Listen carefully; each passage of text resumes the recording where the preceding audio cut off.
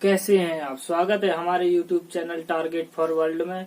जैसा कि आज आप देख रहे हैं डीसी मोटर। ये डीसी मोटर होता क्या है और ये कहाँ यूज होता है और ज्यादातर हम अपने घरों में कौन सी मोटर यूज करते हैं। जैसे आपने देखा होगा कि ज्यादातर हमारे यहाँ पानी वाली मोटर रहती है, भरने वाली, जैसे टुल्लू वाली बोलते हैं कि हमने बटन दबाया तुरंत पानी आने लगता है। चाहे समरसेबल हो, पानी दबाते हैं, बटन दबाते हैं, तुरंत नीचे से पानी आने लगता है। तो उनमें किस प्रकार की मोटर रहती हैं। आज हम देखते हैं कि डीसी मोटर, ये डीसी मोटर होता क्या है, इसका प्रिंसिपल क्या है, किस प्रकार ये कार्य करता है। तो हम देखते हैं कि डीसी मोटर पहले बदलता किसको किस में है। हम देखते हैं कि डीसी मोटर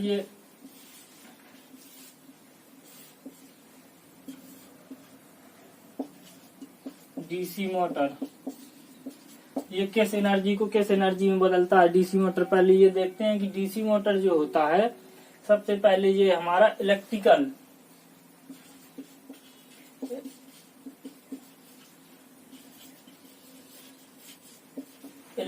एनर्जी को ये किस में बदलेगा, हमारा मैकेनिकल एनर्जी में।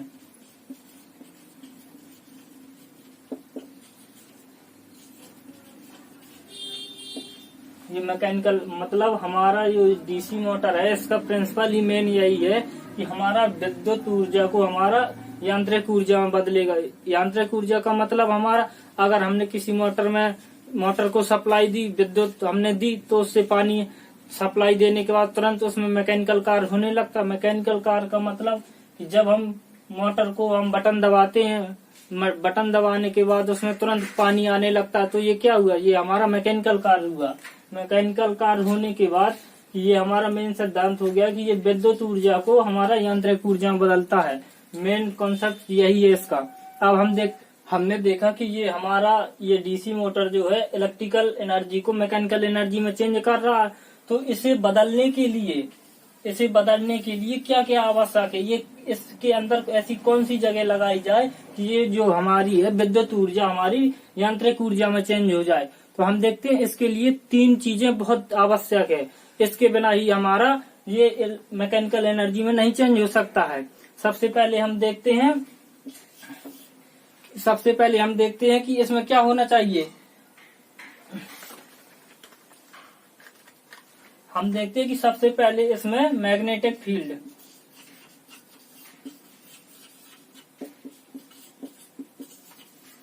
इसमें मैग्नेटिक पहला काम है कि जब तक इसमें चुंबकत्व नहीं होगा, विद्युत क्षेत्र नहीं होगा, तब तक ये हमारा वर्क ही नहीं कर पाएगा। किसमें वर्क करेगा, अगर जब उसमें विद्युत क्षेत्र ही नहीं होगा। तो अब हम देखते हैं, पहला चीज हो गया हमारा मैग्नेटिक फील्ड, चुंबकीय क्षेत्र हो गया। दूसरा हम देखते हैं मोशन ऑफ कंडक्टर।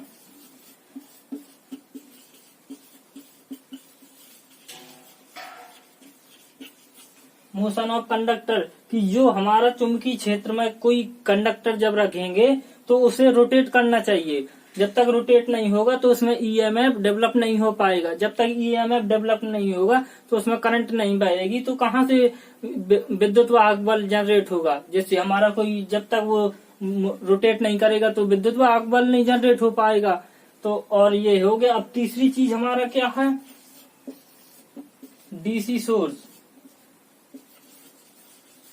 ये डीसी तीसरा चीज है कि हमारा इसके कन्वर्जन के लिए डीसी सोर्स का होना बहुत आवश्यक है। जब तक डीसी सोर्स नहीं होगा तब तक ये कन्वर्जन संभव नहीं है। तो हम देखते हैं ये क्या है, ये हमारे कन्वर्जन के लिए है। जब तक ये 3 चीज नहीं होगी तब तक ये हमारा कन्वर्ट नहीं हो पाएगा मैकेनिकल एनर्जी में। इसलिए इन 3 चीजों का होना बहुत आवश्यक है। देखते हैं कि इसका प्रिंसिपल क्या है, ये किस प्रकार ये कार्य करता है। तो इसका हम देखते हैं कि इसका प्रिंसिपल, हम इसके पोल बनाते हैं।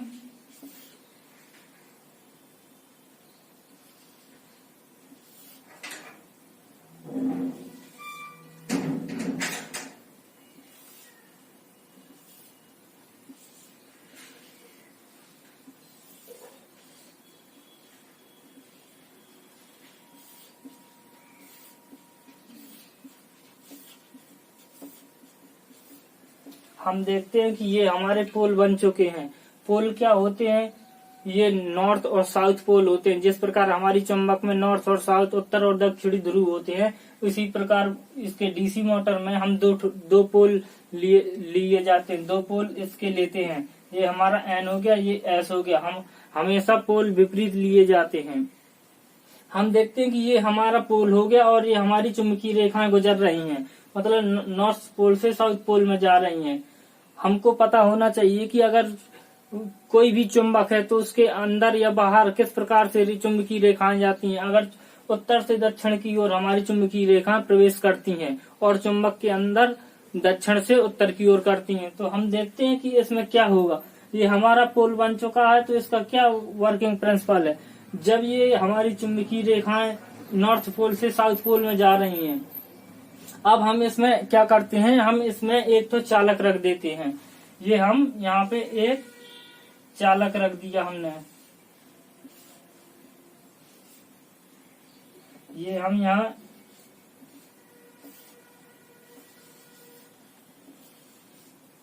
एक तो चालक रख दिया और यहाँ से हमारी सप्लाई 20 वोल्ट की हमने बैटरी लगा दी। अब हम देखते हैं कि हमारा इसमें ये स्टेटर और रोटर, हम देखते हैं कि इसमें हमारा ये आर्मेचर, ये है जो आर्मेचर है, ये हमारे पोल तो स्थिर रहते हैं, स्थिर रहता है इसमें डीसी मोटर में। और ये डीसी ये तो रोटेट कर नहीं सकता है, मूव होगा नहीं, घूमेगा नहीं इस तरह। अब देखते हैं कि कैसी इसमें कौन सी जुगाड़ की जाए कि इसमें हमारा चुंबकीय क्षेत्र जो है इसमें करंट बहने लगे और फोर्स उत्पन्न हो जाए, हमारा बल उत्पन्न हो जाए। क्योंकि जब हमारा बल उत्पन्न हो जाएगा तो इसमें करंट जब दौड़ेगी तो इसमें एक फोर्स कार्य करने लगेगा, फ्लक्स जनरेट होगा, तो और फिर इसका एक खुद का एक ईएमएफ इंड्यूस्ड हो जाएगा। तो हम देखते हैं कि इसमें क्या होगा। हम देखते हैं कि हम जानते हैं कि फैराडे के विद्युत चुंबकीय प्रेरण के नियम के अनुसार जब कोई चुंबकीय क्षेत्र में किसी चालक को हम रख देते हैं तो उस पर एक फोर्स कार्य करने लगता है, बल कार्य करने लगता है।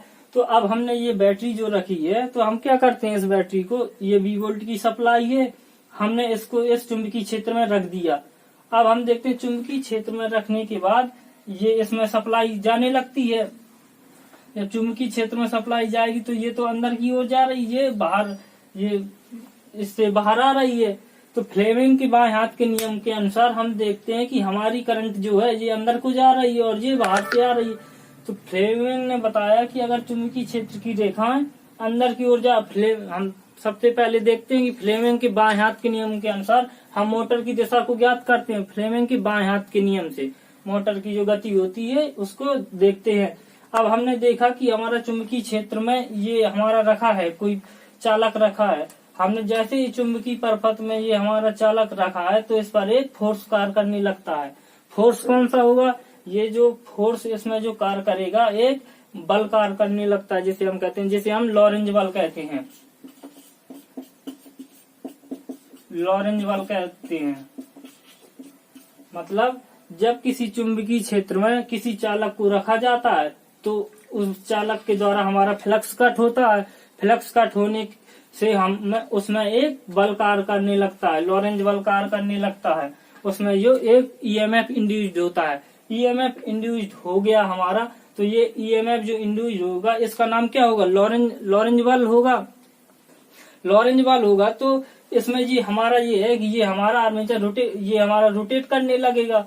रोटेट करने लगेगा तो इसमें खुद में एक करंट एक इंड्यूस्ड हो जाएगी। करंट इंड्यूस्ड होने से इस पर एक फोर्स अपने आप बैक ईएमएफ जिसे हम बोलते हैं, इसमें एक ये जो सप्लाई वोल्टेज है इसके विपरीत एक हमारा ईएमएफ जनरेट हो जाएगा। ईएमएफ हमारा जो जनरेट होगा, जो ईबी हम इसे बोलते हैं बैक ईएमएफ, ये हमेशा अपोजिट इसके हमेशा जनरेट होता है। जैसे हमारी गति इस प्रकार से चल रही है, क्लॉकवाइज चल रही है, तो ये हमेशा चलेगा। तो हम देखते हैं कि जब ये सप्लाई इसमें इंड्यूस्ड हो रही, हमारी 20 वोल्ट की सप्लाई जा रही थी, तो हमारे ये बैक ईएमएफ जो होगा इंड्यूस्ड ईएमएफ से विपरीत होगा। अब ईबी क्या है, बैक ईएमएफ।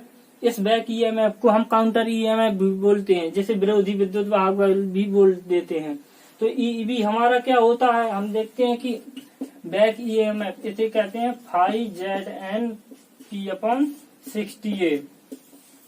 ये हमारा इसमें विरोधी विद्युत वाहक जिसे बैक ईएमएफ बोलते हैं, ये 5ZnP/60A। ये अब देखते हैं कि इसमें 5ZnP क्या है। अब हमने देखा कि ये हमारा बैक ईएमएफ जो है ये 5ZnP/60A है। EB बराबर 5ZnP/60A। अब हम देखते हैं कि अगर हमारी लैप बाइंडिंग है या वेब बाइंडिंग है, तो हम देखते हैं कि लैप बाइंडिंग में क्या होगा।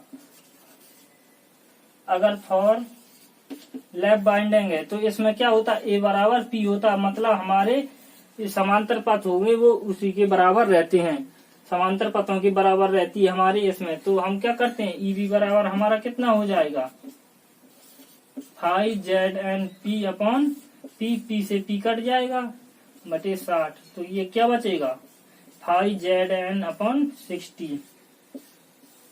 ये हमारा किस में हो गया, ये लैप बाइंडिंग में हो गया। अब हम देखते हैं कि वेब बाइंडिंग में क्या होता है। हम जानते हैं अगर वेब बाइंडिंग है हमारी तो इसमें A बराबर क्या हो जाता है, इसमें A बराबर 2 हो जाता है। तो ये बैक ईएमएफ कितना हो जाएगा 5ZnP/, यहाँ A की जगह 2 लिख दिया जाएगा तो 60 दूना 120, तो ये हमारा कितना हो जाएगा 5ZnP/120। तो हम देखते हैं ये फाई हमारा फ्लक्स है एन ये तो हम देखते हैं कि अब हम ये हमारा बैक ईएमएफ जो जनरेट हो गया है, इंड्यूस्ड हो गया, तो हमारा ये मोटर घूमने लगेगा। मोटर घूमने लगेगा तो ये रोटेट होने के बाद हमारा कार्य करने लगता है मैकेनिकल वर्क। अब देखते हैं कि ये जो हमारा होता है फैराडे की विद्युत चुंबकीय प्रेरण के नियम के अनुसार ये सब चल रहा है। और ये जो हमारा इंड्यूस्ड हुआ था हमारे पोल्स में, तो ये हमेशा एसी जनरेट करता है।